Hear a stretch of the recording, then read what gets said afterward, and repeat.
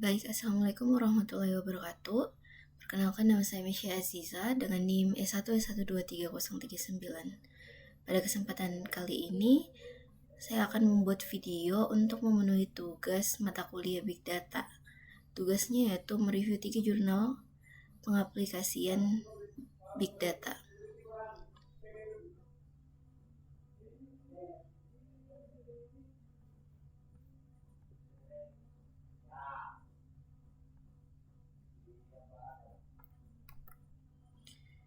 Di sini sudah terdapat table of content. Yang pertama, saya akan membahas pengantar dari Big Data.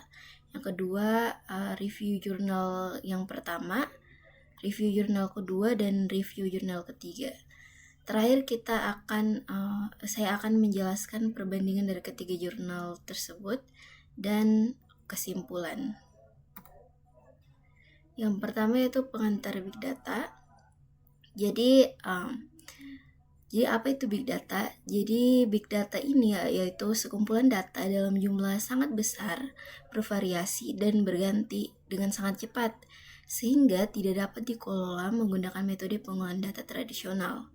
Big Data memungkinkan organisasi menganalisis pola, tren, dan informasi berharga untuk mengambil keputusan yang lebih akurat. Karakteristik Big Data ini ada 5. Yang pertama yaitu volume. Jadi volume ini data berukuran sangat besar, sering mencapai terabyte hingga petabyte. Yang kedua yaitu velocity. Jadi velocity ini data dihasilkan dan diproses sangat cepat, atau bisa kita sebut real time atau near real time. Karakteristik yang ketiga yaitu variety. Jadi data berasal dari berbagai bentuk, contohnya seperti teks, gambar, video, sensor, log, transaksi, dan lain-lain. Yang keempat yaitu veracity. Veracity ini tingkat keakuratan data dan kepercayaan dari data yang digunakan. Dan yang terakhir yaitu value. Jadi value ini yaitu nilai yang dapat diperoleh organisasi dari analisis Big Data, insight, efisiensi, dan prediksi. Selanjutnya yaitu saya akan mereview langsung jurnal pertama.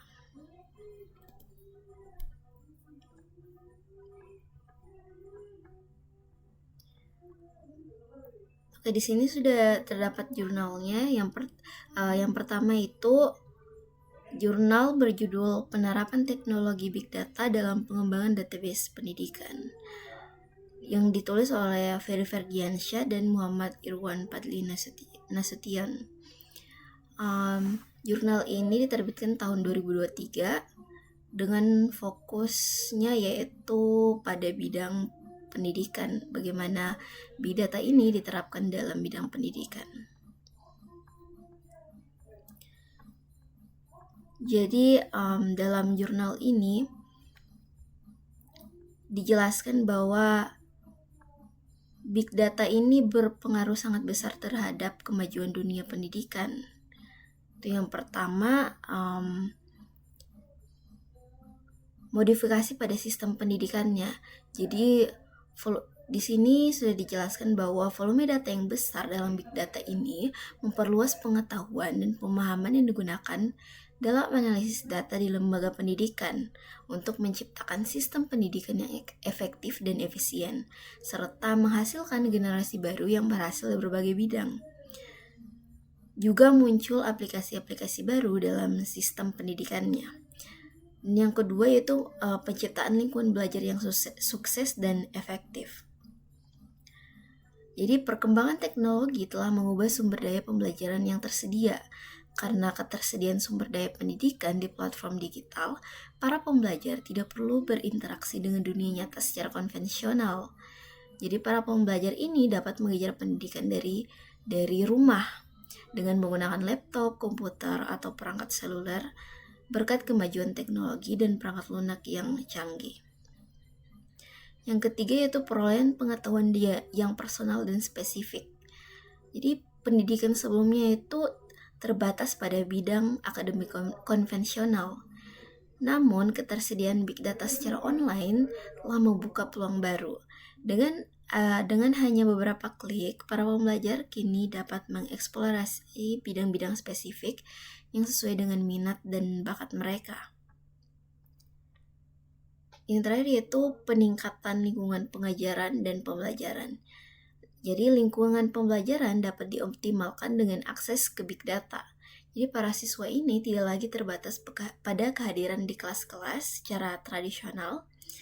Sebaliknya, mereka memiliki fleksibilitas untuk belajar kapan saja dan di mana saja, tanpa terikat oleh batasan ruang dan waktu.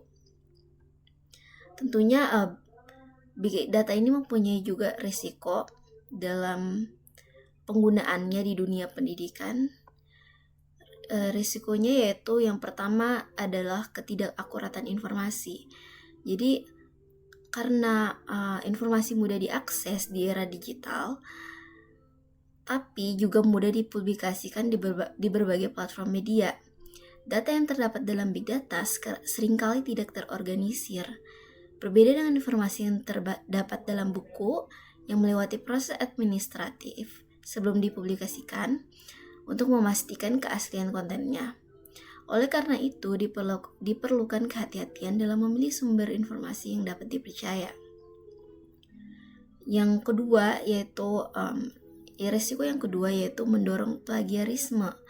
Selain itu, big data dapat menjadi platform yang memudahkan praktik copy dan paste yang dapat merusak tujuan awal dan memberikan akses informasi kepada para pembelajar. Jadi, meskipun terdapat perangkat lunak deteksi plagiarisme yang dapat membantu mengatasi masalah ini, tetap diperlukan kewaspadaan dan kebijaksanaan dari generasi muda dalam menggunakan kemudahan akses yang diberikan oleh big data. Jadi, secara keseluruhan, jurnal ini membahas bagaimana peran big data dalam sektor pendidikan, pentingnya big data ini dalam sektor pendidikan seperti siswa, guru atau dosen, orang tua, dan lulusan untuk mengakses informasi. Jadi big data ini berfungsi sebagai sistem penyimpanan yang memberikan akses kepada administrator lembaga pendidikan terhadap beragam informasi yang dapat digunakan untuk menganalisis masalah yang ada dan mengembangkan kebijakan yang bijaksana.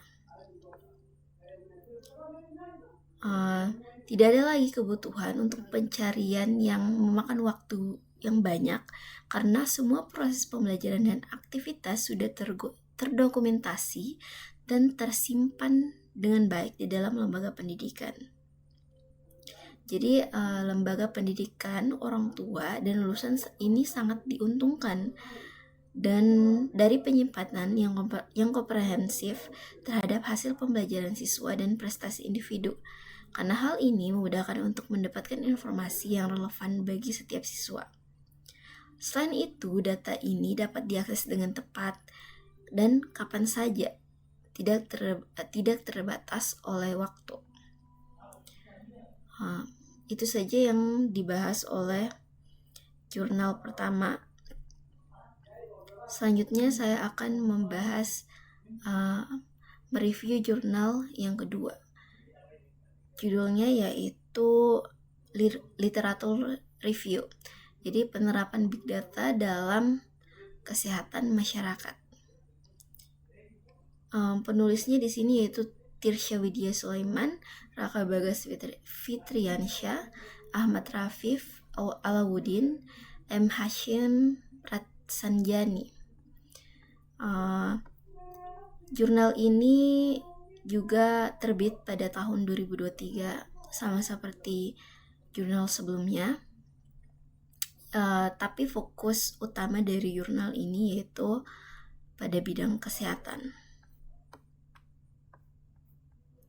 Jadi jurnal ini menemukan bahwa peran big data dalam kesehatan masyarakat ini juga sangat penting. Jadi Di sini dijelaskan bahwa terdapat beberapa jenis big data yang digunakan untuk kesehatan masyarakat. Di antaranya itu adalah big data biologis, seperti profil eksome dan metabolomik yang digunakan untuk penelitian etiologi dan screening. Kemudian terdapat big data geospasial yang berupa karakteristik lingkungan yang digunakan untuk penelitian etiologi dan surveillance. Lalu terdapat big data rekam medis pasien dengan penyakit tertentu yang dapat digunakan untuk penelitian klinis maupun pengawasan. Jadi big data yang didapat dari hasil pencarian pada internet seperti Google maupun Reddit yang digunakan sebagai pengawasan penyaringan serta pengidentifikasian.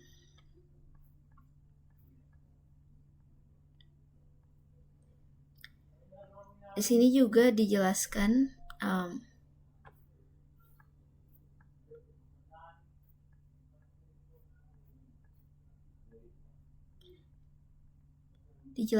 integrasi big data dengan AI. Jadi kombinasi AI dan big data ini memiliki peran yang sangat berpotensi di masa depan. Jadi peran-peran tenaga medis maupun ahli diagnosis akan ditantang karena teknologi menjadi lebih luas dan terintegrasi.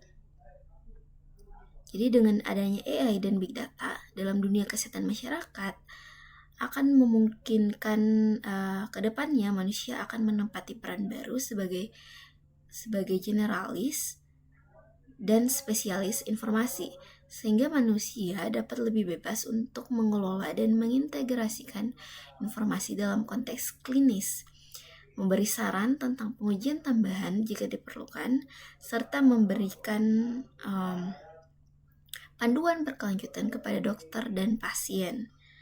Jadi big data, AI dan machine learning ini sejauh ini telah menunjukkan hasil yang menjanjikan dalam berbagai pengaturan percobaan bisnis dan industri untuk mengungkapkan pola tersembunyi dan memprediksi kemungkinan masa depan. Untuk model terbaru atau model lanjutan terbaru seperti pembelajaran mendalam, pendekatan jaringan netral buatan telah menunjukkan hasil positif dalam mengekstraksi struktur yang sangat non-linear dari kumpulan data masif. Dalam konteks terkait penyakit, penelitian terbaru menggunakan metode AI untuk melacak reservoir hewan pengerat dari penyakit zoonosis di masa depan, memprediksi organisme penghasil extended spectrum belactamase atau ESBL dan mengendalikan penyakit tuberkulosis atau TB dan gonorrhea menyebar. Selanjutnya itu integrasi big data dengan machine learning. Jadi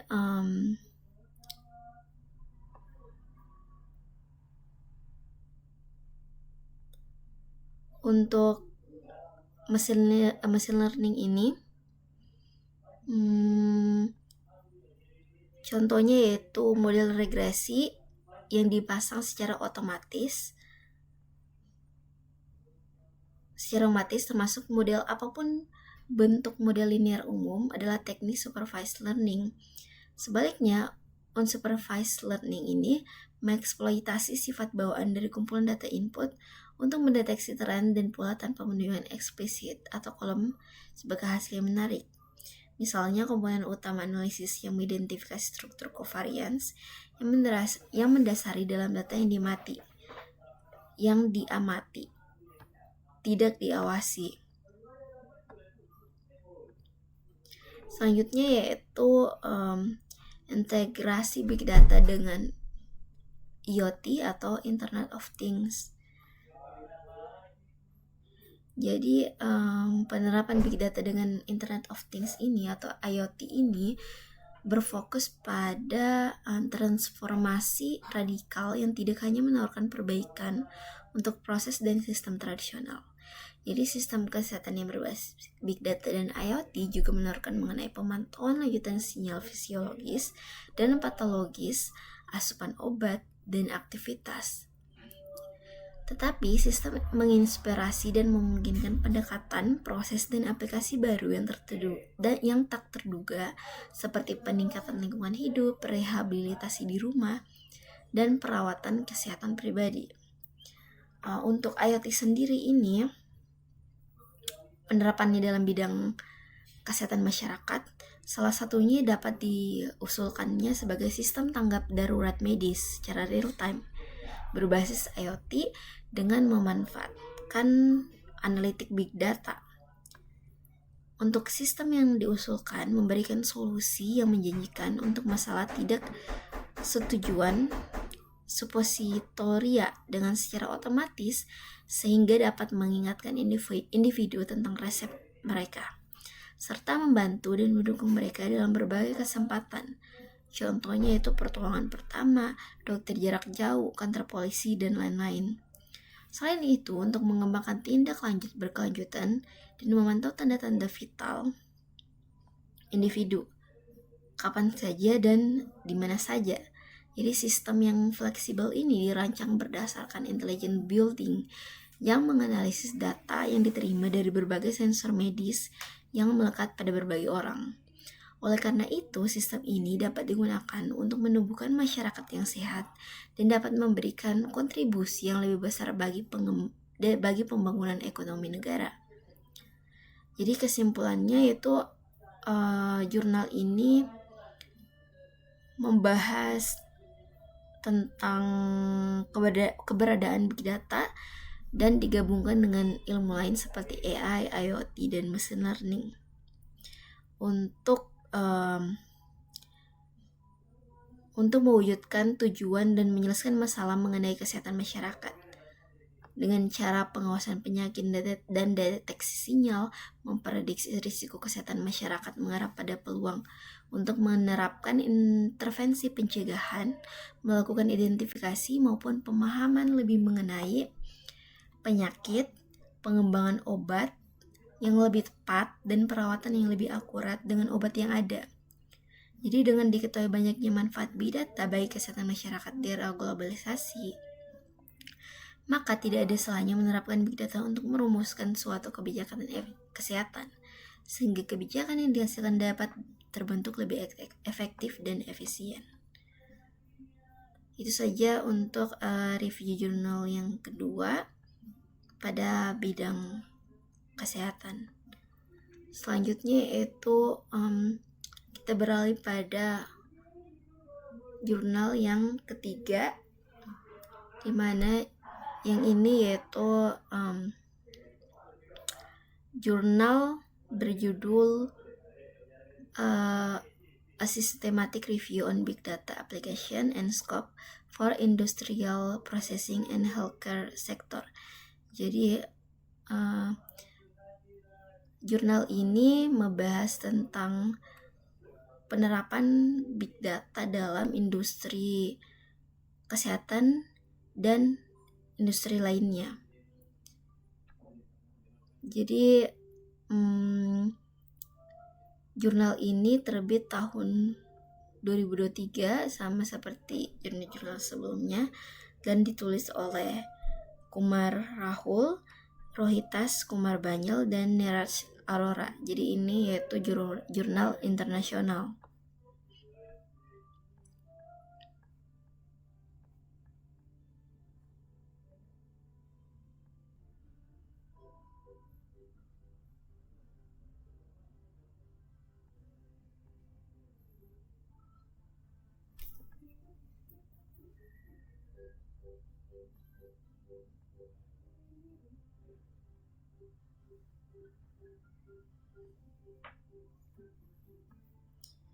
Oke, baik.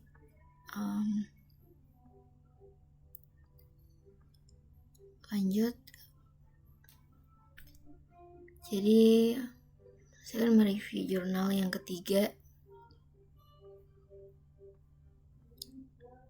pada fokus yaitu pemrosesan industri dan sektor kesehatan. Dimana di sini pada jurnal ini dijelaskan bahwa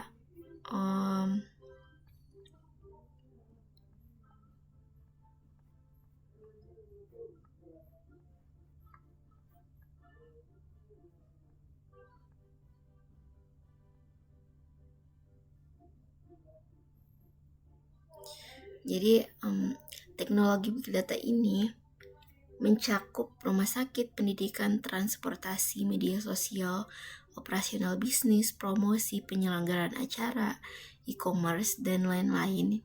Jadi sektor-sektor ini yang menghasilkan banyak sumber data untuk diproses dan disimpan oleh big data. Namun, privasi dan keamanan juga menjadi perhatian di sini yang lebih signifikan dalam big data.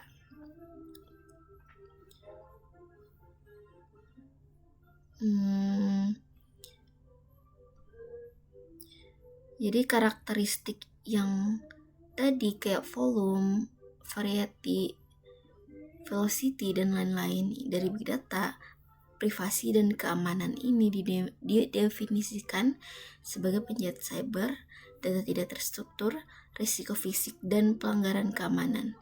Jadi peran big data dalam perawatan kesehatan dan diagnosis ini dijelaskan secara singkat. Dalam jumlah besar, data dihasilkan melalui perangkat medis seperti MRI, CT, fMRI, dan lain-lain. Juga penerapan big data di perbankan didefinisikan dalam analisis risiko pinjaman, anti pencucian uang, analitik perdagangan, analitik prediktif, pengenalan nasabah, dan lain-lain. Juga pengawasan video menggunakan analitik data besar untuk penyimpanan, pengambilan, pemrosesan, akses, dan efektivitas. Jadi secara signifikan big data ini bergantung pada pembangunan nasional, peningkatan industri, penelitian ilmiah, penelitian interdisipliner, dan prediksi yang lebih baik untuk masa depan. Big data ini berlaku untuk sektor lain termasuk perbankan dan sekuritas, asuransi, manufaktur, sumber daya alam, dan lain-lain.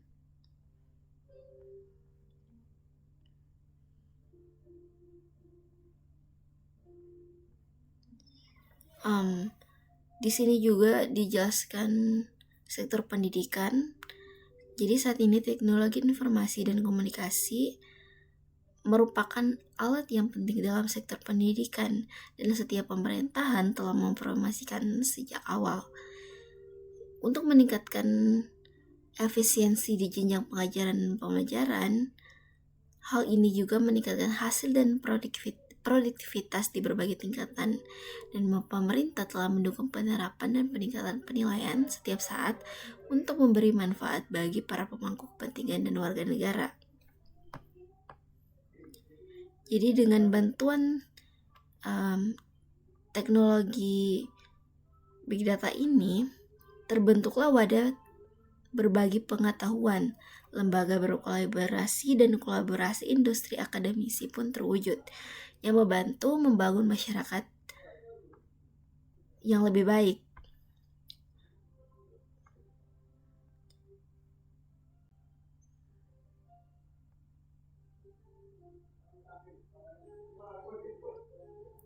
Jadi dalam e-commerce juga big data ini menyimpan catatan pelanggan yang membeli layanan untuk mengidentifikasi pelanggan berdasarkan konteks kesehatannya. Ada beberapa cara big data dapat muncul.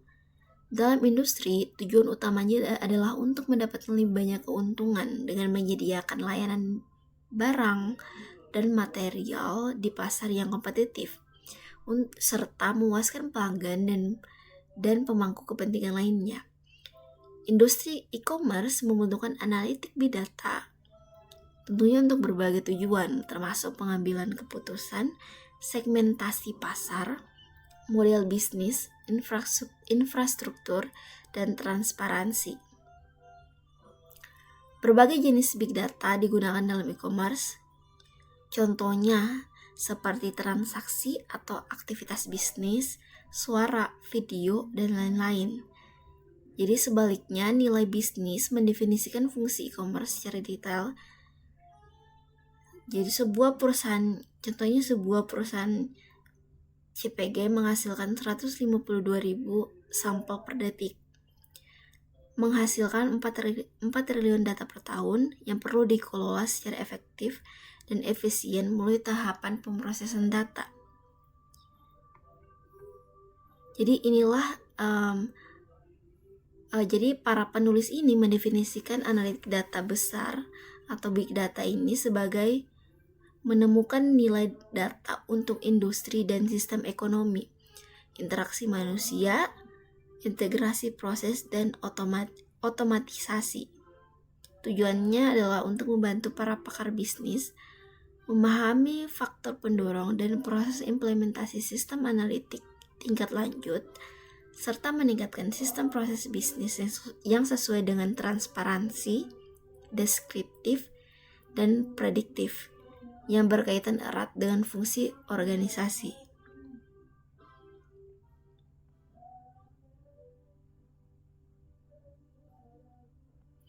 Sedangkan untuk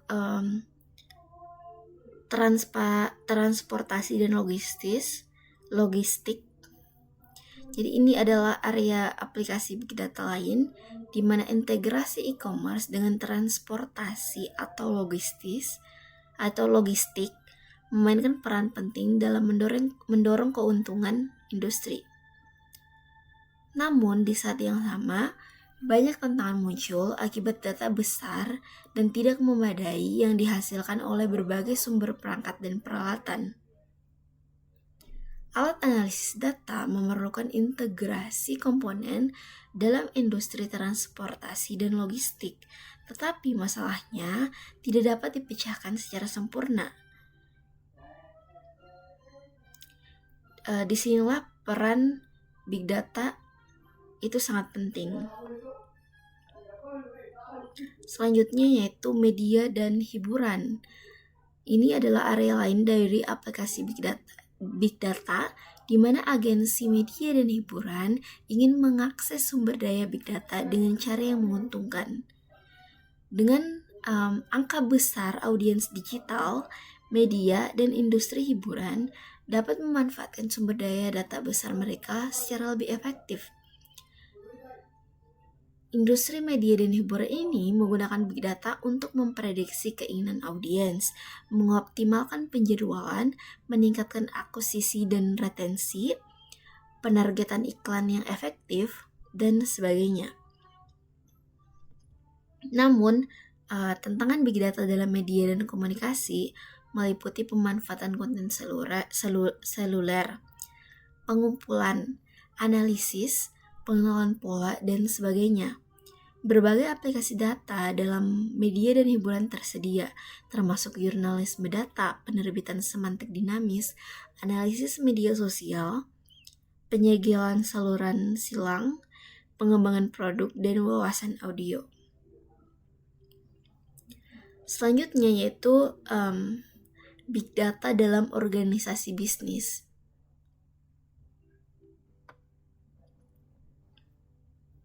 Jadi big data ini identik dengan alat intelijen bisnis dan analitik bisnis. Contohnya yaitu Quable, Cassandra, Spark, RapidMiner, SAS, WK, NoteXL, GapHi, dan lain-lain. Dan pengembangan data. Jadi big data telah menggeser pendekatan intelijen bisnis dari sistem pelaporan dan mendukung keputusan menjadi prediksi dan manfaat operasional. Alat-alat big data seperti yang disebutkan sebelumnya dan analitik berbagai cloud ini memberikan keuntungan bagi bisnis ketika volume data tinggi. Algoritma fusi K-means kernel hibrida diusulkan untuk mempertahankan data yang besar melalui pengompokan. Metode ini meliputi tahap pengaturan dan enkripsi, penyimpanan data, rekonstruksi data, dan tahap akses.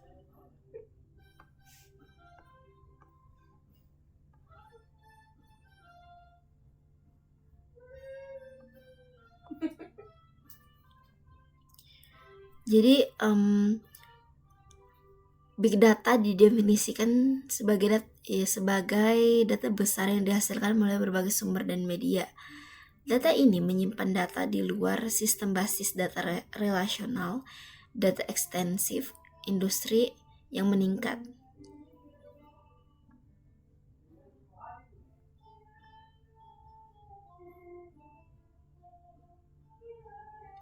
Selanjutnya, menurut jurnal ini, Big Data adalah teknik analisis data yang baru-baru ini dimungkinkan dalam berbagai industri dan sektor lain.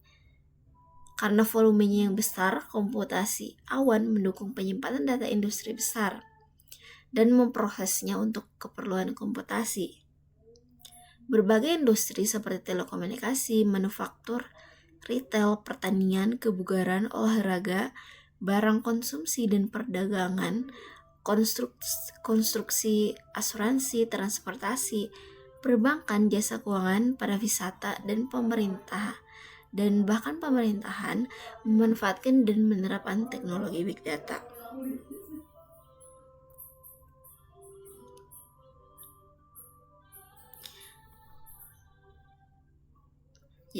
Berbagai industri, skala kecil maupun skala yang sangat besar, menggunakan big data secara berbeda. Contohnya industri telekomunikasi menggunakan 87%, industri jasa keuangan menggunakan 76%, dan layanan kesehatan menggunakan 60%.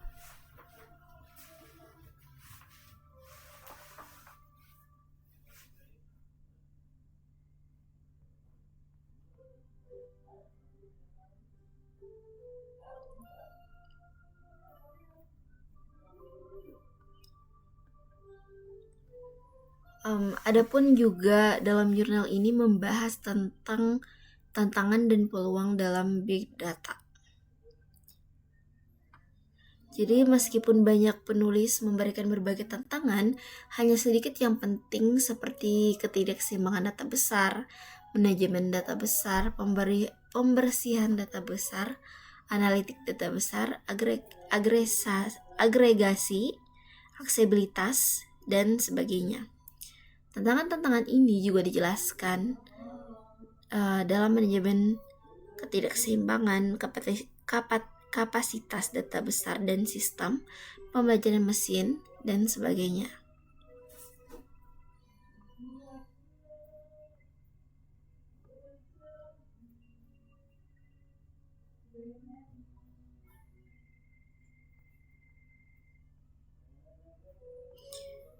Dalam jurnal ini juga membahas tentang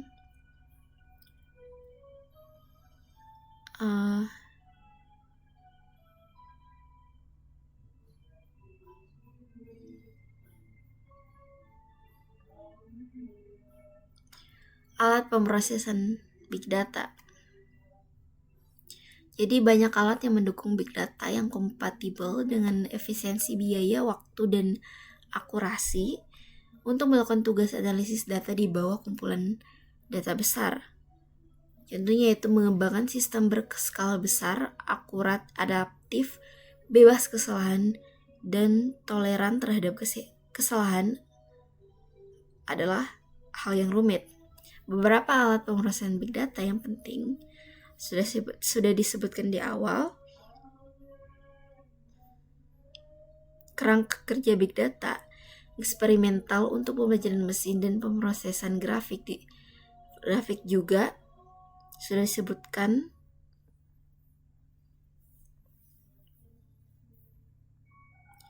Dan untuk merancang dan mengurangi kompleksitas waktu dan ruang penyimpanan, performanya cepat berkat sistem berkas terdistribusi dan MapReduce. HDFS dapat menyimpan berbagai jenis format data dalam volume besar.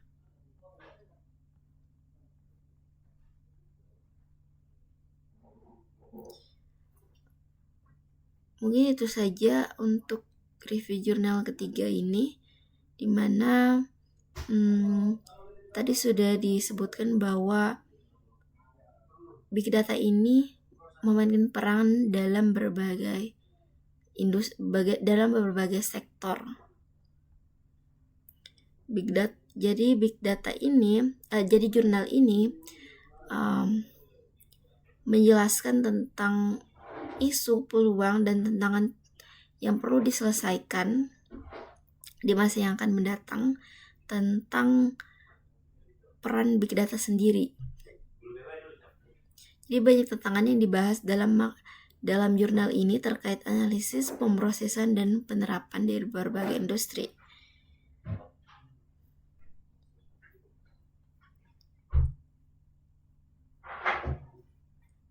Mungkin itu saja untuk jurnal yang ketiga. Selanjutnya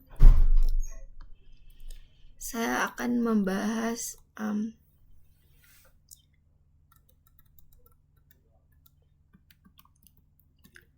perbandingan ketiga jurnal.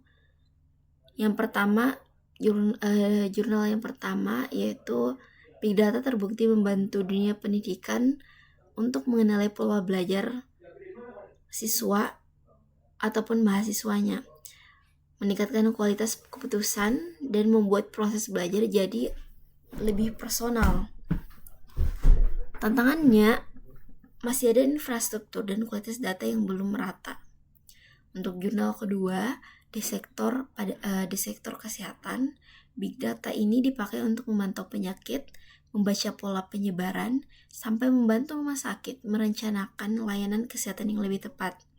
Apalagi kalau Big Data digabung sama IoT dan AI, hasil analisanya akan makin kuat. Tapi isu privasi data pasien dan sistem yang belum saling terhubung masih jadi PR besar.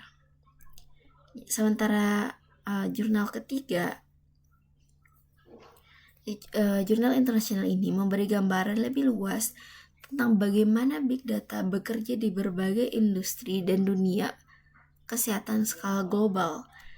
Big Data membuat proses produksi lebih efisien, deteksi masalah lebih cepat, dan analisis medis jadi lebih mendalam. Tantangan globalnya mungkin kurang lebih sama, kualitas data, keamanan, dan bagaimana sistem bisa tetap stabil walau datanya itu makin besar. Itulah perbandingan ketiga jurnal. Selanjutnya masuk ke kesimpulan. Jadi secara keseluruhan, ketiga jurnal ini menunjukkan bahwa Big Data memiliki peran yang sangat penting dalam mendorong transformasi di berbagai sektor. Meski manfaatnya besar, semua jurnal menyoroti tantangan yang sama.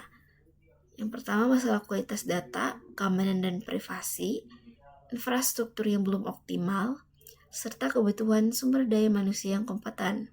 Secara keseluruhan, Big Data sangat potensial dan saling melengkapi antara konteks lokal dan global, sehingga implementasinya di Indonesia sangat relevan, asalkan disertai regulasi, kesiapan teknologi, dan strategi pengolahan data yang baik. Itulah tadi penjelasan saya tentang tugas kali ini, itu tugas review jurnal dari mata kuliah Big Data. Itu saja dari saya. Terima kasih telah mendengarkan. Wassalamualaikum warahmatullahi wabarakatuh.